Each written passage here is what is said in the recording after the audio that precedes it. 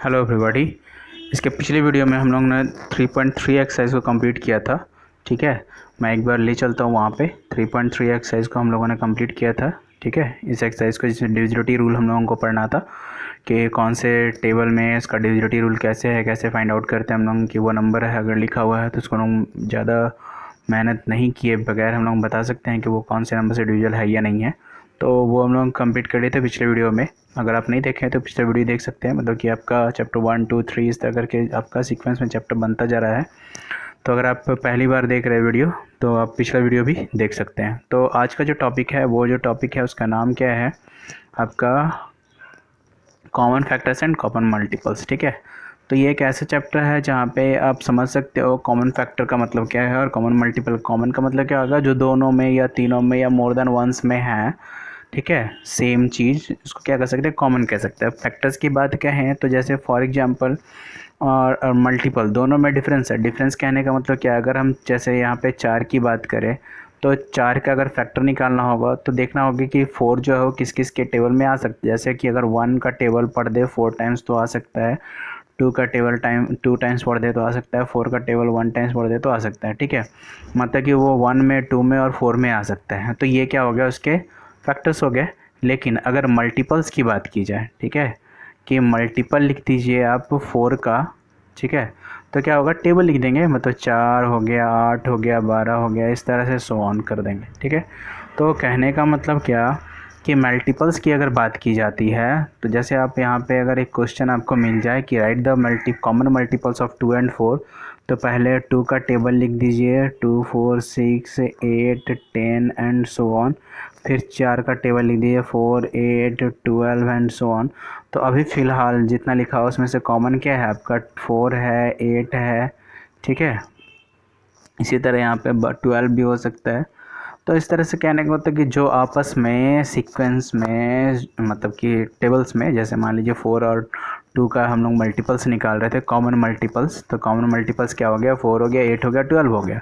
ठीक है, तो इतना बस ध्यान रखना है आपको कि जब भी मल्टीपल्स की बात की जाए तो टेबल लिख करके जो सेम है उसको फाइंड आउट कर ले, और फैक्टर्स की बात कर दी जाए तो वो किस किस के टेबल्स में आ रहा है, दोनों में से कौन कौन सा नंबर जो है इक्वल है उसको फाइंड आउट करके निकाल दे। बस इतना ही करना है आपको। जैसे मान लीजिए यहाँ पे एक एग्जांपल दिया हुआ है, तो आप देख सकते हैं यहाँ पे कह रहे हैं क्या, what are the factors of 4 and 18। ठीक है, what are the factors of 4 and 18। तो अब आप देख लीजिए कि 4 को लाने के लिए मतलब 4 किस किस के टेबल में आ सकता है। तो चलिए हम लोग वेरीफाई करके देख लेते हैं।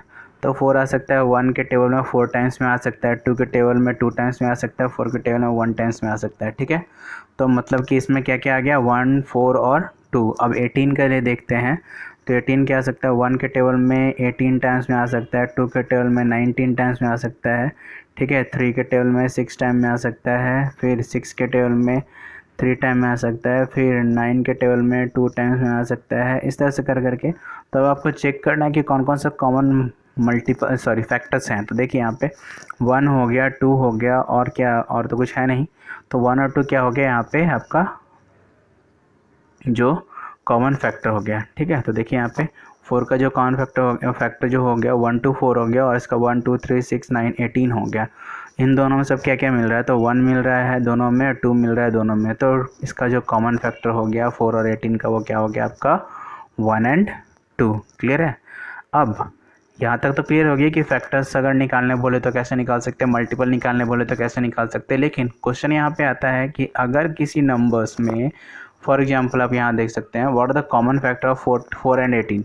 तो 4 एंड 18 में जो कॉमन फैक्टर होगा मात्र 1 होगा, सिर्फ 1।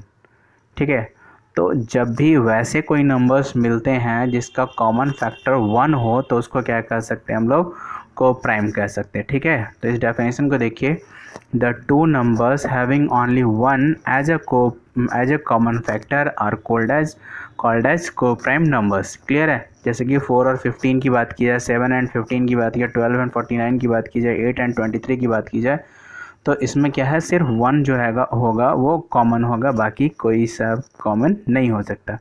तो मैं समझाना बस ये चाह रहा था कि कॉमन फैक्टर की बात की जाए तो हम लोग ये देखेंगे कि किसके टेबल में आ रहा है वो टर्म, और जब मल्टीपल्स की बात की जाए तो हम लोग सिंपली उस टेबल को लिख करके दोनों में जो कॉमन है वो फाइंड आउट कर सकते हैं। चलिए एक एक एग्जांपल दिखा देता हूँ। जैसे फाइंड कॉमन फैक्टर जो 75, 60 एंड 1 to 20। तो देखिए फैक्टर्स निकाला गया, मतलब कि 1 में, 3 में, 5 में, 15, 25 में, 25 में, ठीक है। उसी तरह इनका निकाला गया, उसी तरह इनका निकाला गया और इसमें मैच किया गया। तो 75, 60 और 210 का जो कॉमन फैक्टर बना वो क्या क्या बना, 1, 3, 5 एंड 15, ठीक है। अब मल्टीपल की जब बात की जाती है तो मल्टीपल 3, 4, 9 की, तो देखिए 3 का टेबल लिख दिया, 4 का टेबल लिख दिया, 9 का टेबल लिख दिया और इसमें से मैच किया कौन कौन है बराबर। तो उसमें 36, 72 और 108 जो है और सो ऑन वो जो है आपका कॉमन मल्टीपल है। तो आई होप यहाँ तक समझ में आया होगा। तो हम लोग चलते हैं एक्सरसाइज में। एक्सरसाइज में बहुत ही आसान है, इवन कि ज़्यादा समय नहीं लगेगा इसको बनाने में। तो पहला क्वेश्चन जो है find the common factor of 20 and 28। मान लीजिए 20, तो ये चेक करना हम लोग को 20 किस किस के टेबल में आता है। तो जैसे 1 into 20 हो सकता है, 2 into 10 हो सकता है, फिर आपका 3 नहीं आएगा, 4 आएगा, 4 into 5 हो सकता है, तो 5 into 4 हो सकता है, ठीक है। इसके बाद फिर आपका क्या हो जाएगा, 10 into 2 हो सकता है और फिर 20 into 1 हो सकता है। इतना हो गया, ठीक है। सेम उसी तरह अब निकालना होगा किसका, 28 का।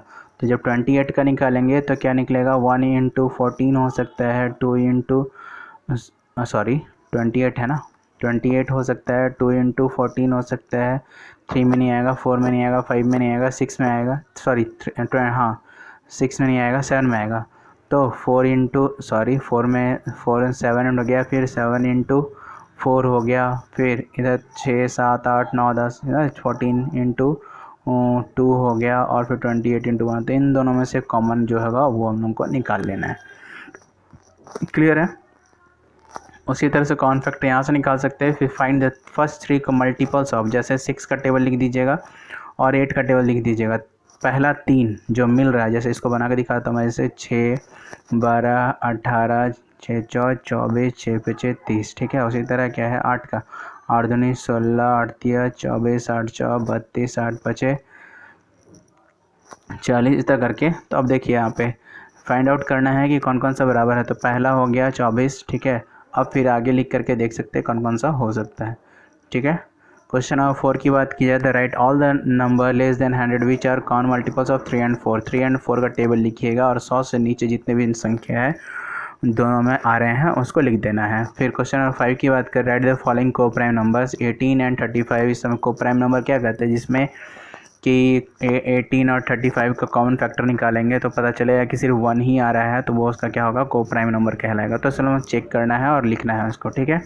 क्वेश्चन नंबर 6 कह रहा है a number is divisible by both 5 and 12। 5 और 12 दोनों से डिविजिबल है, by which other number will that number be in always divisible, ठीक है। तो अब जैसे कहने का मतलब कि 5 और 12 जो है उसमें क्या हो रहा है कि वो डिविजिबल है कोई संख्या से, ठीक है। तो आपको बताना है कि वो अगला संख्या और क्या क्या होगा। तो आप उसका मल्टीपल्स निकालिए इस तरह से, फिर आपका 7 भी बन जाएगा। तो क्लियरली आप कह सकते हो कि आपका ये पूरा एक्सरसाइज जो है वो कंप्लीट हो जाना है और आपको कहीं दिक्कत नहीं होगा, ठीक है। तो ये पूरे एक्सरसाइज को आप कंप्लीट कीजिए और फिर भी अगर कहीं दिक्कत हो तो आप कमेंट कर सकते हैं, फिर आपको हेल्प किया जाएगा। इस तरह से आपका ये चैप्टर पूरा कंप्लीट होता है। तो आज के लिए हम लोग इतना ही, थैंक यू।